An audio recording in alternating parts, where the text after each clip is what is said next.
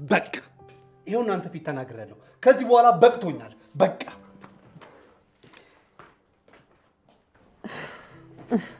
ነይ እስኪ የኔ ልጅ ነይ እስኪ ነይ።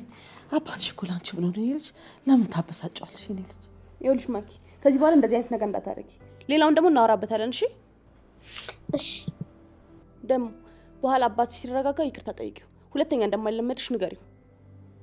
እሺ።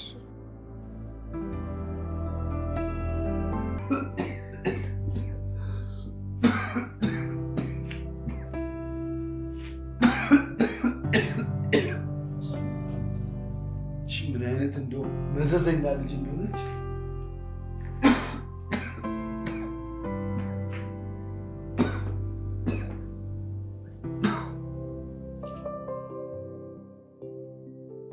የሳይንስን ሕግ ማወቅ ጥሩ ነው፣ ግን ሳይንስን መከተል ሳይሆን ለኢትዮጵያ የሚጠቅመው በተፈራው የሳይንስን ሕግ ማፍረስ ነው።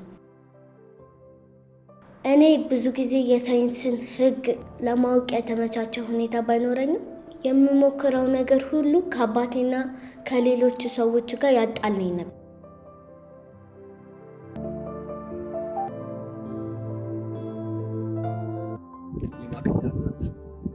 ሄለን ማለት እሷ ናት።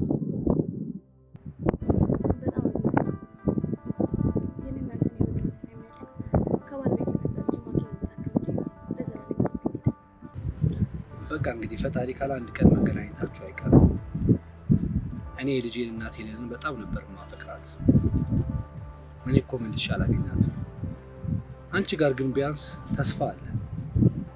እኔ ከባለቤቴ ጋር ድጋሚ መገናኘት ተስፋ የለኝም። ምክንያቱም እሱ ከዚህ በኋላ ባል መሆን አይችልም። ሌላ ሴት አፍቅሮ ነው።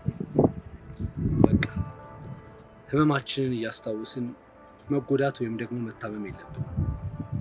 እኔ ካንተና ከማኪ ጋር ጥሩ ጓደኛ መሆን እችላለሁ። አንቺ እኮ ለኛ ብለሽ ብዙ ነገር ሆነሻል፣ ብዙ ነገር።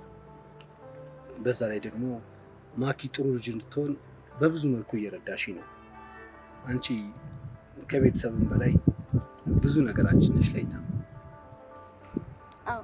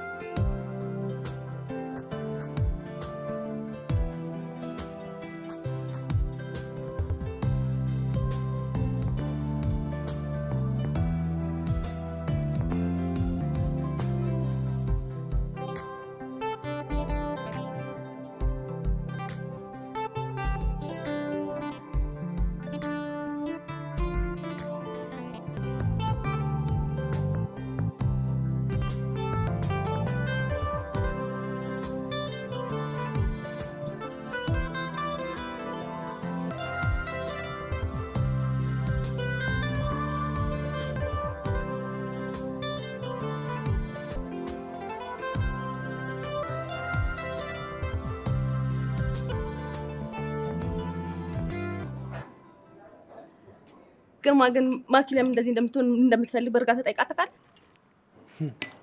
መች አረጋግታኝ? ሁል ጊዜ ስህተት ነው። እኔ እኮ ችግር ላይ ያለው ሰው እኮ ነኝ። ሰው አልተረዳኝም እንጂ። ምናልባት አንተ መሸነፍ ይኖርብሃል። እሷ የምትፈጥረሽውን ችግሮች ችላ ብለህ በእርጋታ አስተምራት። እኔን እሷን ማስተምራት? አንቺ አልተረዳሻትም ማለት ነው። እቺ ልጅ እኔ በስንት መከራ በስንት ችግር የለመድኩትን ይሄ የፍጥነት ንግግርሽን እሷ ከፈለገች በ10 ደቂቃ አረ እንደውም በ1 ደቂቃ በደንብ አድርጋ አቀላጥፋ መስማቱም ሆነ መናገር ትችላለች። እሷ እንደዚህ ናት።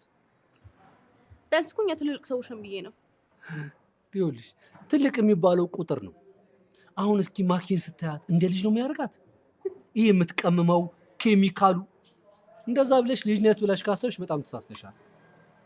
በጣም ስለምትናደድባት እኮ ነው። ቀላል ነው የምናደድባት?